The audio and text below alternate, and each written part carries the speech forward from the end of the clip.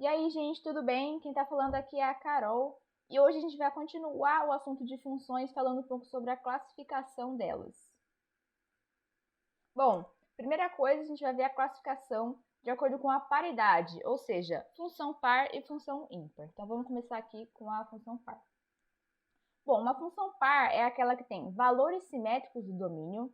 Então, o que são isso? Valores simétricos. Menos 2, 2. Menos 1 e 1 são valores simétricos. Que correspondem ao mesmo valor da imagem. Então, a gente pode ver aqui, o menos 2 e 2, eles correspondem ao mesmo valor 5. O menos 1 e 1 correspondem ao mesmo valor 2. E o 0, que não tem simetria, né? Ele é só o 0, está correspondendo ao 0, não tem problema. Então, essa é a característica de uma função par. São sempre valores simétricos do domínio, tem que corresponder ao mesmo valor da imagem. Como a gente escreve isso como uma lei, né? A função de um valor negativo tem que ser igual à função desse valor positivo, né? Que são justamente os valores simétricos. Então, é o que a gente falou aqui. A função de menos 2 é igual à função de 2, que é o 5. Então, essa é a característica desse tipo de função. E um exemplo aqui, né, são funções que tem o x elevado a um número par. Então, vai ser sempre x ao quadrado, x à quarta, x à sexta, x à oitava. São sempre funções pares. E quando a função é uma constante, né? Então, quando f de x é igual a um valor qualquer, a um valor que é constante, também é sempre uma função par, porque ele obedece esses dois tipos de função, né? Eles obedecem a essa lei aqui, e por isso são considerados funções pares. Bom, agora um exemplo, né? A gente já definiu aqui o que é. A gente tem essa função aqui, que é x ao quadrado menos 1, e a gente vai testar, né? Vamos testar para ver se ela é par. A gente pode fazer a função de 1, vai ser 1 ao quadrado menos 1, dá 0. E agora vamos fazer a função do simétrico, do valor simétrico dele, que é menos 1. Menos 1 ao quadrado menos 1 também dá 0. Então, aqui, pelo menos com esse valor, ela seguiu essa lei. Vamos testar com 2, né? Função de 2. 2 ao quadrado menos 1, 3. Função de menos 2 ao quadrado menos 1, 3. Então, também seguiu essa mesma lei, né? Que é para ser uma função par.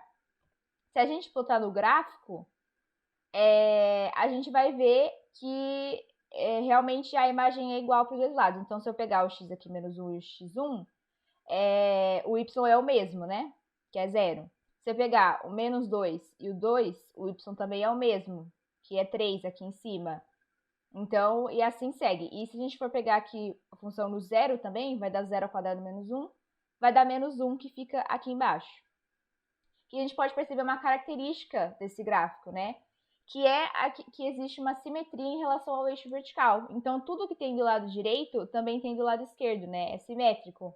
Sempre todo gráfico de função par vai existir essa simetria em relação ao eixo vertical, que é o eixo das ordenadas.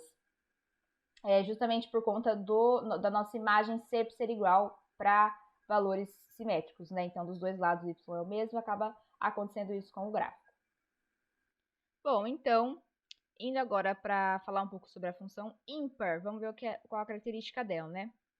Bom, então, valores simétricos, continuamos falando sobre valores simétricos, possuem agora imagens simétricas. Então, como que é isso? Vamos ver aqui nos conjuntos A e B, né, de uma função. Bom, o menos 2 e 2, valores simétricos, vão ter imagens simétricas. Então, o menos 2 alcança o 1 e o 2 alcança o menos 1. Vamos ver outro, né? Menos 1 e 1, valores simétricos.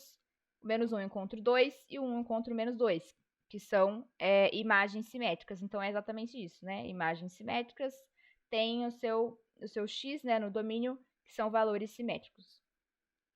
E aí, como a gente escreve isso, né? Essa é a maneira de escrever. F de menos x é igual a menos f de x. Se você for ver, se você tirar esse menos aqui, isso aqui é exatamente a descrição de uma função par, né? Então, por que tem esse menos? Vamos dar um exemplo aqui para explicar, né?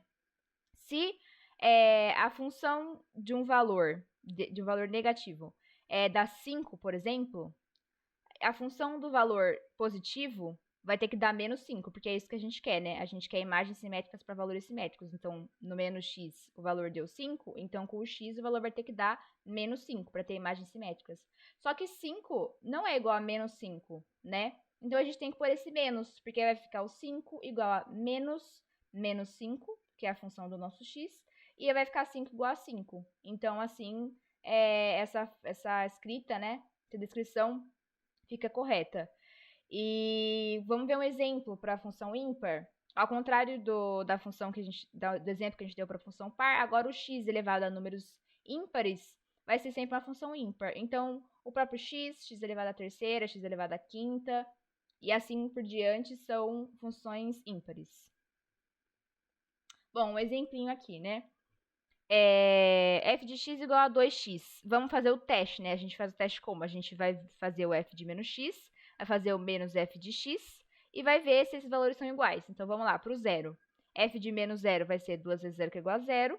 E menos f de zero vai ser menos 2 vezes 0 que é igual a zero. Então, deu igual, beleza. Agora aqui, f de menos 2 vai ser 2 vezes menos 2 que é igual a menos 4. E menos f de 2 vai ser menos 2 vezes 2 que é igual a menos 4. Então, a gente pode ver que cumpriu aqui. Então, essa função é uma função simples, né? Mas é uma função ímpar. E agora vamos nos atentar um pouco ao gráfico dessa função, né? A gente pode ver aqui certinho que valores simétricos, né? O 2 e o menos 2 estão tendo imagens simétricas, que é o 4 e o menos 4. E a gente pode perceber que a simetria agora nessa função ímpar é em relação à origem, né? Então, você pode ver que em relação a esse ponto aqui, 0, vai para cá e para cá de maneira simétrica, né? A gente pode perceber isso. E todos os gráficos de uma função ímpar vão ter essa característica, né? De ser simétricos em relação à origem. E outra coisa é que uma função ímpar definida na origem é nula na origem, sempre. Então, e nem a gente pode ver aqui, né? O f de 0, ele deu 0, né? Então, essa é uma característica que sempre vai acontecer também. Justamente para poder ter essa simetria, senão não vai dar certo, né? Porque se a função passa por um lugar que não seja 0, não vai ter como ser simétrico por aqui. Então, bora para o próximo tópico, que são as propriedades dessa classificação por paridade, né? Então, das funções pares e ímpares.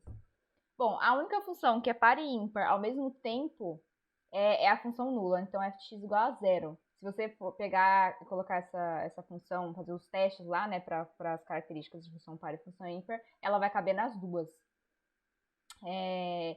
Próxima coisa, a soma de duas funções de mesma paridade mantém essa paridade. Então, se eu somar duas funções ímpares, a soma vai ser ímpar. E se eu somar duas funções pares, a soma continua sendo par, certo? Então, um exemplinho aqui, só para demonstrar. Então, duas funções ímpares, x ao cubo e x à nona. A gente vai somar essas funções, f mais g, que vai dessa função aqui, né, que é a soma delas. A gente vai fazer aquele teste para ver se ela continua ímpar, né? Então, vamos fazer h de x, né, é a nossa função soma. Então, vamos ver, vamos fazer o h de menos x. Então, menos x ao cubo mais menos x à nona vai dar menos x ao cubo menos x à nona. A gente pode pôr esse menos na frente. A gente tem menos x ao cubo mais x à nona, que é a mesma coisa que menos h de x. Então, o que a gente obteve? A gente obteve que h de menos x era igual a menos h de x, que é exatamente a nossa fórmula, a nossa descrição de uma função ímpar. Então, a gente validou, né, para essa função, mas vale para qualquer soma de duas funções ímpares. E agora com a função par, vamos pegar duas pares, x ao quadrado, tô pegando funções bem simples aqui, né, que eu já até falei, que são exemplos de funções pares ímpares. X ao quadrado e x à quarta, vamos fazer a soma, x ao quadrado mais x à quarta é a soma, e vamos fazer o teste agora para ver se a função é par, né, continua par. Então, h de menos x ao quadrado mais menos x à quarta, como é elevado a um número par, isso vira um número positivo, então fica x ao quadrado mais x à quarta, que é igual a h de x. Então, h de menos x é igual a h de x, que é exatamente a nossa descrição para uma função par. Então, a gente pode ver que a soma de duas funções pares continua par, comprovando aqui com funções simples, né, essa característica, essa propriedade, né? Mas ela, como eu disse, ela vale para qualquer soma de duas quaisquer funções. Próxima. O produto de duas funções da mesma paridade é uma função par. Então, Se eu fizer o produto de duas funções ímpares, vai dar par. Se eu fizer o produto de duas funções pares, vai dar par. Então, aqui também exemplinho, duas funções ímpares, x e x ao cubo. Se a gente multiplica, quando a gente multiplica, a gente soma os expoentes, né? Vai dar x à quarta, que é uma função par. E agora vamos pegar duas funções pares, x ao quadrado e x elevado a 12. A gente vai multiplicar, vai somar os expoentes e continua dando uma função par. Então, beleza. Outra coisa, próxima propriedade. O produto de duas funções com paridades distintas é uma função ímpar. Então, se eu peguei aqui, né, uma função ímpar e uma função par, que é o x e x à quarta, respectivamente, e fazendo o produto dela vai dar uma função ímpar. Isso também vale para qualquer produto, para o produto de quaisquer duas funções, que tenha paridades distintas, né, no caso. E existem funções que elas não são nem pares e nem ímpares, né? Que elas não seguem nenhuma das duas fórmulas para classificação por paridade. Então, elas só são funções sem paridade. Bom, agora a próxima classificação que a gente vai fazer é a classificação de acordo com domínio e imagem. Onde nós temos a função sobrejetora, a função injetora e a função bijetora. Então, vamos começar com a função sobrejetora. Bom, qual a característica dela? Para ser uma função sobrejetora, todos os valores de y devem ter pelo menos um x associado. Então, como que a gente pode explicar isso, né? O conjunto imagem, que é esse daqui, o conjunto B, nesse caso, né, de uma função que vai de A para B, ele deve ser igual ao contradomínio. Ou seja, não pode ter nenhum valor faltando aqui, não pode existir valores que não tem uma flechinha que atinjam eles. Então, a gente pode ver aqui que a gente tem as opções 12, 3 e 27. E essas três opções têm um x associado, né? Então, pelo menos um x associado, né? Então, nesse caso aqui, por exemplo, o 3, ele tem 2x associado e tá tudo bem. O que a gente precisa nesse caso é que todos os valores que tenham nesse conjunto tenham uma flecha, né? Tenham um valor de A que está associado a eles. Então, essa é a função sobrejetora. Então, agora vamos ver um exemplo aqui, dois exemplos, na verdade. Essa função aqui, que é x ao quadrado menos 4. Bom, vamos ver o contradomínio dela, né? Porque quando a gente fala de função sobrejetora, a gente tem que pensar nisso. A gente tem que pensar em contradomínio e imagem, né? E eles devem ser iguais. Então, os contradomínios são o conjunto dos reais, né? São todos os valores reais. Porque a gente pode ver aqui que nesse plano cartesiano, se eu pegar um valor de x qualquer, ele pode obter um valor de y nesse eixo das coordenadas, que vai do zero ao infinito e do zero ao menos infinito, né? Dentro do conjunto dos reais. Então, esse é o nosso contradomínio. São os valores, são as possibilidades de valor de y. Só que a nossa imagem, quando a gente vê o gráfico, ela só vai do y sendo igual a menos 4 para cima, né? Então, a gente pode ver que a nossa imagem é f de x sendo maior ou igual a menos 4. Então, porque aqui embaixo não tem nenhum valor. Eu posso pegar qualquer valor de x dentro dessa função e eu não vou obter menos 5, menos 6, menos 7, nenhum desses valores, só de menos 4 para cima. Então, a gente pode ver que o nosso contradomínio é diferente do conjunto imagem. Então, a gente pode ver que essa função aqui ela não é sobrejetora. Agora, vamos ver esse outro exemplo aqui. A nossa função é x ao cubo mais x menos 3. O nosso contradomínio é o valor dos reais, é o conjunto dos reais, né? Que é a mesma coisa que eu falei. No plano cartesiano, a gente tem do zero ao mais infinito, do zero ao menos infinito, de possibilidade. E a nossa imagem também é o conjunto dos reais, porque a gente pode ver aqui, é um pedaço do gráfico, né? Que se eu pegar qualquer valor de x daqui para cá, esse gráfico aqui ele vai continuar. Então, qualquer valor de x, eu vou ter um y que seja de 0 para cima, né? E aqui, vendo esse lado aqui do gráfico, a gente pode ver que ele também continua para sempre aqui. Então, eu posso pegar qualquer valor de x e eu vou obter valores, todos os valores de 0 para baixo também, que é exatamente o nosso conjunto dos reais, né? Então a gente pode ver que o nosso contradomínio e a nossa imagem são iguais. Então, essa função aqui, ela é sobrejetora. Bom, falando agora sobre a função injetora, qual a característica dela? Bom, cada valor de y deve ter somente um x associado. Então, o que é isso, né? Dois valores de x resultam sempre em diferentes valores de y. Então, se a gente pegar aqui o 0 e o 1, dois valores de x, ele tem que ter valores diferentes correspondentes em y. Então, o 0 resulta no 1 e o 1 resulta no 3, beleza? São dois valores de x diferentes e resultam em dois valores de y diferentes. Ou seja, não poderia existir, por exemplo, um menos 1 que resultasse em 3 também. Não poderia existir isso, porque seriam dois valores de x diferentes, o 1 e o menos 1, que resultam em um mesmo valor de y. Então, nesse caso, não seria injetora. Então, vamos ver um exemplo, né? Aqui, a gente tem essa função x² mais 1. Então, aqui eu só coloquei a definição, né, de função injetora, que seria dois valores de x diferente, um x1 diferente de um x2. Tem que ter um y diferente também, né? Então, o f de x1 tem que ser diferente do f de x2. Então, vamos testar aqui, né? Vamos pegar o menos 1 e o 1. Então, o menos 1, a gente pode ver aqui que o valor de f de menos 1 é 2. E o 1, o valor de f de 1 é 2 também. Ou seja, são dois valores de x diferentes que chegam no mesmo valor de y.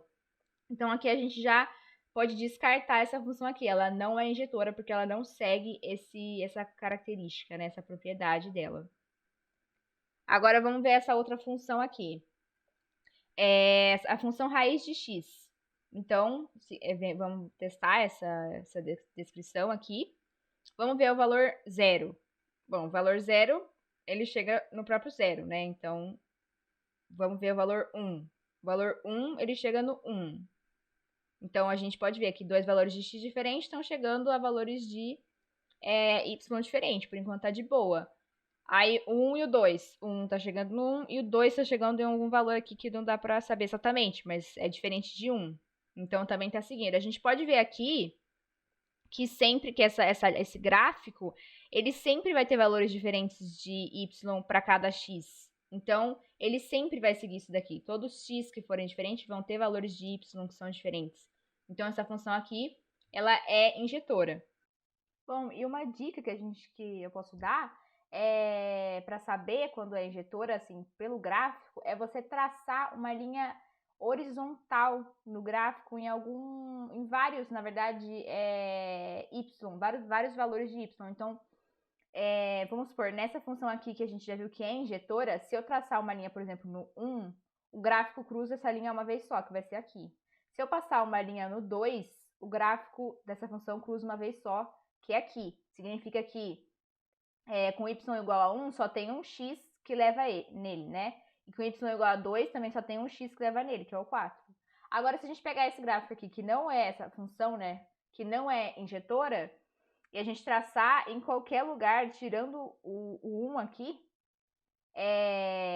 a gente vamos, por exemplo, traçar uma linha horizontal no valor de 2. A gente vê que o gráfico cruza em 2 pontos. Isso significa que existem 2x com valor diferente que tem o mesmo y, entendeu? Se eu traço uma linha horizontal no 3, vai ser a mesma coisa. O gráfico passa por essa linha que eu tracei em 2 pontos diferentes, que significa que tem dois valores de x com o mesmo valor de y. E a gente não quer isso para ser uma função injetora. Dois valores de x diferentes tem que ter dois valores de y diferentes. Então, é uma dica, né? Você traçar essa linha no gráfico e ver se ele corta mais de uma vez. Se em qualquer ponto esse gráfico, se qualquer linha que você traçar, né, esse gráfico tiver mais de um ponto, então ela não é injetora. Tem que ser exatamente igual essa, que você traça a linha e só cruza essa linha, o gráfico, em um ponto. Bom, agora chegamos à função bijetora, e ela nada mais é do que uma função que é ao mesmo tempo sobrejetora e injetora. Então, se ela for só sobrejetora, não é. Se ela for só injetora, também não é. Mas se ela for sobrejetora e injetora ao mesmo tempo, ela é essa função que a gente chama de bijetora. E eu coloquei um exemplo aqui, essa função eu já vou falar para vocês, ela é bijetora, né? Mas só vamos testar aqui para ver. Bom, essa função ela é 1 sobre 2x mais 3, uma reta. E vamos testar agora, né? Então, para ser sobrejetora, quando é sobrejetora, a gente tem que olhar o contradomínio e a imagem. Bom, o contradomínio aqui é o valor é o conjunto dos reais, né? Que é todo esse eixo vertical que vai do zero para o infinito e do zero para o menos infinito. E a gente pode ver que sendo essa reta infinita, ela também, os valores de y também vão de 0 para infinito e de 0 para menos infinito, porque ela vai ficar para sempre assim, então ela vai pegar todos os valores possíveis de y, que é o conjunto dos reais. Então, o contradomínio e a imagem são iguais, são o conjunto dos reais, é o conjunto dos reais. Então, beleza, a gente já viu que ela é sobrejetora. Agora, para ver que ela é injetora, a gente pode testar aquilo que eu falei agora há pouco, da linha, a gente pode traçar uma linha horizontal. Como ela é uma função que é igual, ela vai ser essa reta para cima ou para baixo, a gente pode traçar em qualquer lugar aqui. Se a gente traçar no 6 aqui, a gente vai ver que ela corta em um ponto só. Se a gente traçar no 2, a gente vai ver que esse gráfico corta um ponto só. Se a gente traçar no menos 2, também corta em um ponto só. Então, a gente pode dizer que ela é injetora só fazendo esse teste, né? Mas a gente poderia também, pela descrição dela, ver que, né, dois valores de x diferentes, 2 e 4, por exemplo, tem valores de y diferentes, 4 e 6 tem valores de y diferentes.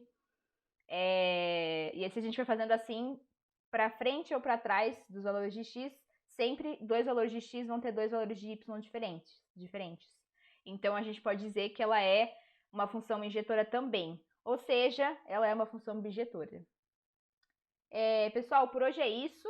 Obrigada por ter assistido, espero que tenha ajudado. E eu só queria falar para vocês darem uma olhada no guia de pré-cálculo e na lista de exercícios resolvidos que vai estar aqui na descrição. Até mais!